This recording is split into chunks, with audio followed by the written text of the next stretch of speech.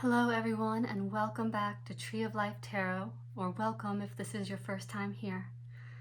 Whoever you are, wherever you are on the journey, wherever you come from, whatever your past, you are welcome in this space. This is going to be a reading for the full moon time, the Libra full moon on April 1st. But of course, if this finds you at a later time, trust the timing of this message.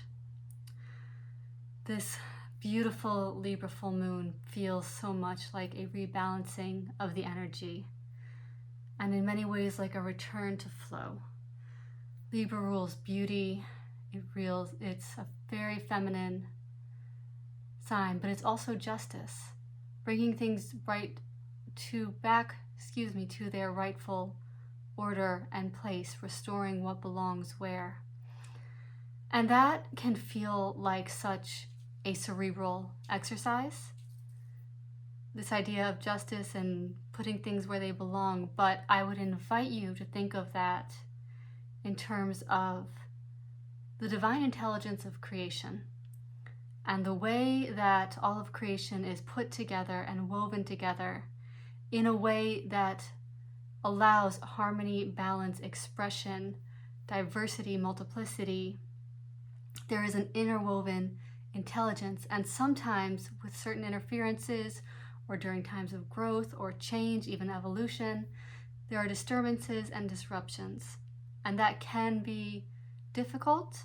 It can also be very natural, even if we experience it as difficult. But what's coming in with this full moon is a restoration to the flow of natural order, things moving into harmony, working together again and not working at odds as things may have felt in the recent energies. So with that in mind, I want to read a little prayer to start us off, to honor this full moon and to sort of bring you into the energy of this moment. The opening prayer goes, "We seek your presence, O Divine One, not because we have managed to see clearly or been true in all things this day, not because we have succeeded in loving or in reverencing those around us, but because we want to see with clarity, because we long to be true, because we desire to love as we have been loved. Renew our inner sight, make fresh our longings, and grant us the grace of love this night, that we may end this day as we hope to live it, that we may end this day restored to our deepest yearnings." And that's a poem prayer from this beautiful book here. The author is John Philip Newell. But restore us to our deepest yearnings and make fresh our longings. So those yearnings and those longings, they can cause us to feel separation at times, but they also are beautiful tuggings at the heart towards fuller relationship, fuller expression. And they are invitations. And I think this moon here is asking us to look at those invitations, to be aware of them again, and maybe just making us aware of them. So that feels like the assignment, if you will. Now, I've already cleansed the space and shuffled the deck, so we're going to go ahead and get right into this. Oh my goodness, that one flew right out. Well, we have the 9 of Cups, so wish fulfillment, satisfaction. Full moons are indicative. I saw you flip over. How are you? Interesting. So as I was saying, full moons tend to have the energy of culmination, of release, of having built up to a point, of having done the work and now being in a place of fullness, which is very much sort of what that 9 of Cups expresses. And this can, warn against overindulgence, but indulgence at the end of a journey, to mark, to celebrate, to be in that space of arrival. Even if, it's not an energy we can stay in for long, but it's important to mark those. And here we have the Nine of Wands. Here we have the Nine of Wands, and she has fought very hard to be where she is. She has accumulated all of that experience. I almost said battle hardened, but this does not show hardness here. She's standing her ground. She is a warrior and she's prepared to fight. And this does not, in the traditional Rider-Waite, you see a figure in the Nine of Wands with a bandage on his head, and he is looking over his shoulder and he's very weary, very wary of what's around him. This is not what is expressed here, which is one of the reasons why I love this deck. All of her battles have made her a fierce defender. She is stepping forward. She is not afraid of what's out there. She's just prepared to stand her ground. She's fought hard, and now she has the skills to keep going. So perhaps this is also what has come through, Nine of Cups being sort of a card of satisfaction and arrival, that having gone through these trials, there is a sense of having arrived, of now having done the work, having been prepared, and in having done that work, or having ground to stand on, arriving at home within oneself, and having a place to stand. Okay, let's see. Well, nines are coming out strong. Let's see if we get all four. Queen of Pentacles.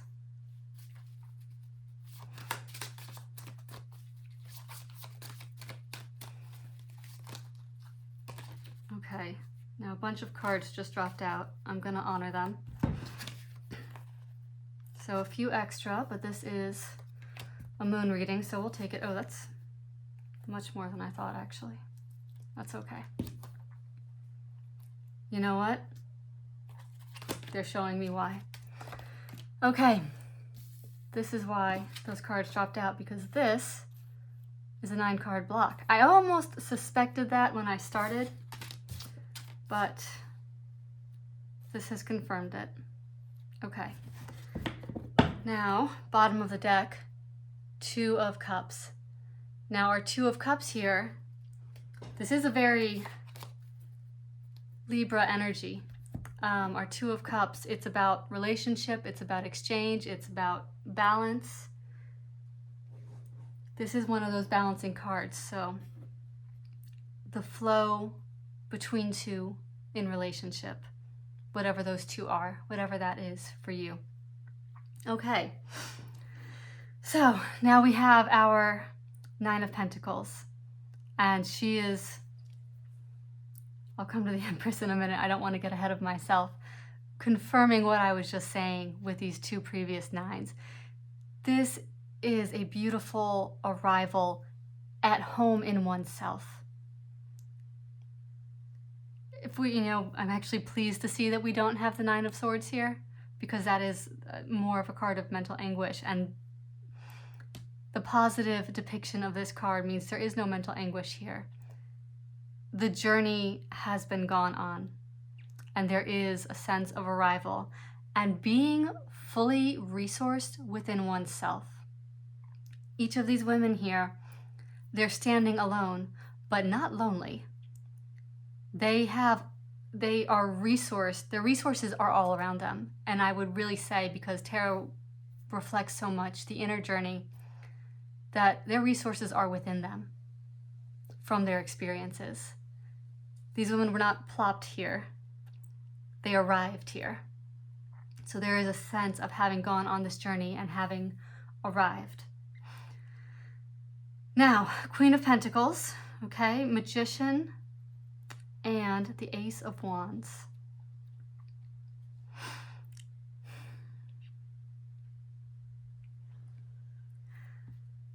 Now, we have just had the spring equinox, and this card, this Ace of Wands here, always does speak to me of spring, as it is depicted so much in that way on this card here with our butterfly, our blooms coming out. So our Queen of Pentacles, she is steadfast. She, it's so interesting because I have two cards here that often remind me of pre-Empress energy, and we finish with the Empress down here. Now the Empress, of course, represents all four queens, but if you look at how they're depicted, she is most closely aligned with the Queen of Pentacles.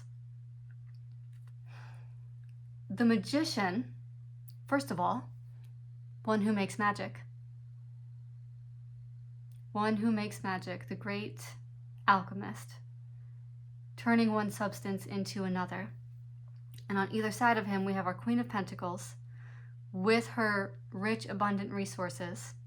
And on the other side, we have the Ace of Wands, a passionate new beginning. So the new beginning here is, how do we transform what the Queen of Pentacles has, her resources, into this passionate new beginning? When her pentacle, you see all the elements here are on our Magician's table. When she puts that pentacle on the table, it gets to mix with the cup, the wand, the blade. And what he's working with here is this Mobius strip, this flow of infinity, this constant cosmic dance of creation, depletion, recreation, things coming in and out of order. They're never really out of order. It's hard for anything to be fully out of order. But as I said at the beginning, in the natural flow. And here we are flowing again. Here we are bringing elements together. And what he does, he alchemizes, but he also amplifies. So this is a wise figure. This is a skilled figure. This is a figure who knows how to work with the elements. And what he is bringing in when this queen offers her pentacle, we arrive with a new beginning here. Things blooming, rising up out of the earth. Excuse me. Speaking of things rising up out of the earth, it is pollen season where I am, so please excuse my voice a little bit. And then we have our final row here. We have the Empress, 7 of Swords, 10 of Swords. Now this is interesting. Let's start with the Empress. She is, in so many ways, just a graduation, a continuing, I don't want to say elevation because I don't like using this hierarchical language, but a maturation, a growth into the Empress from where we are. So it's almost like an upgrade. These are 2 cards of fertility. So I want to be cautious with what I say here, but if fertility is on your mind, you've got it in spades at this time. Do with that what you will. 7 of Swords is a card, it's one of my least favorite cards in the deck because it can embody lying, manipulation, deceitfulness, underhandedness. It is also a card of strategy. It is a card of, to the victor, the spoils. And, this is sort of like, it gives me trickster energy. It's not malevolent, but it's self-serving and deceptive. And so he's coming in collecting up all these swords, for his own self-interest, which there are moments when that might not be the worst thing. When we do sort of need to gather resources. But this is doing it in an underhanded way, and this is actually really the antithesis of how our 9 of Wands is depicted here, because she has gathered up resources. All of our 9s here have gathered their resources in a positive way. But now, Ten of Swords here, the end of a painful cycle. And maybe this is the end of a cycle that was involved a degree of underhandedness, of deception, and I also want to speak about this card in a way of, this could be in your environment, but it could also be, because we're dealing with swords and we're dealing with perception. Sometimes we perceive threats that, could be threats, but we might amplify them, or they might not ever come to pass, but we begin to act in a way to defend ourselves from the idea of something going wrong, the idea of a threat. And that can cause us to sort of isolate, collect our swords and make sure that we're taken care of. And that's not what the Magician here is inviting us into. So this could be behavior of, I don't know if isolation is exactly the right word, but self-defense because of the perception of shadows, where there may or may not be there. And what I'm seeing here is this behavior coming to an end, because perhaps previously, while going on this journey, there was a sense of lack. There was a sense of not having enough. There was a sense of having enemies, of being in separation and disconnection from the people around you, the environment around you, from if world events have got you shook, you're not alone in that. But perhaps this caused you to move into a place of self-interest and self-defense and self-preservation. That's the better word. That cut off from the reality, we're dealing with reality here, that there is a resource all around, if we will engage with it. This is a card of non-engagement. He's not fighting anyone here. He's sneaking in after the fact and doing what he wants to do. This is a card of non-engagement. This is a card of the death of this behavior. All of those swords that he's collected are now in his back. This behavior has not paid off. So whether this is you, whether this is someone around you, use your discernment, but this has got to go, and it is going. It has come to an end. And whether this is personally or if this is collectively and how we are, engaging in our society, this energy is stabbing us in the back. And so there's nowhere to go from here. It's done. And full moons are about release. Full moons are culmination and letting things go. So this is an invitation, a pretty explicit one, to end this, to let go of these energies and of that way of being. Because there is such, look at the contrast. I hope you can see all this, yes.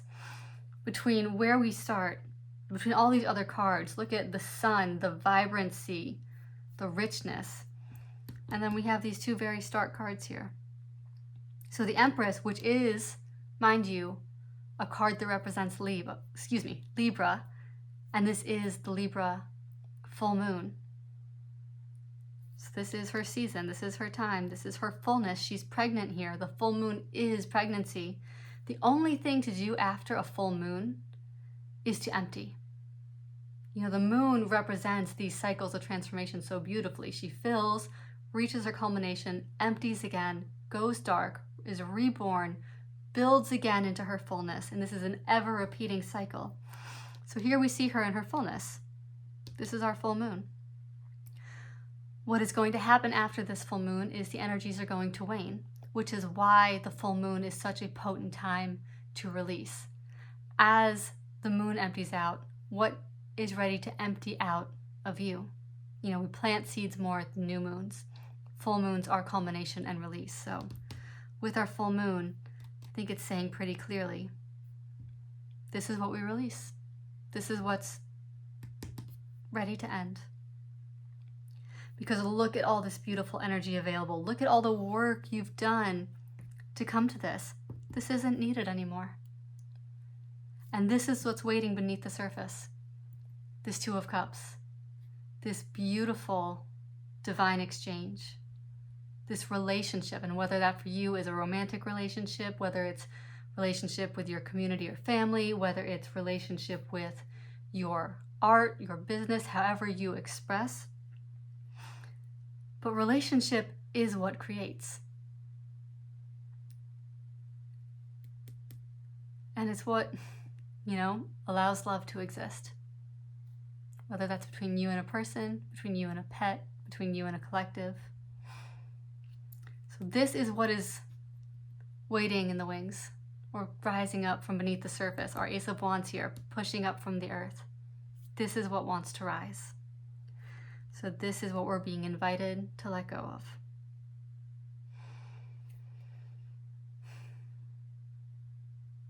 Remember the poem at the beginning. Restore us to our deepest longings. Restore us to truth. I might read it one more time if anyone wants to stick around at this point. The reading is done, but if you want to hear the poem one more time to carry with you. Uh-oh. If I can find it again.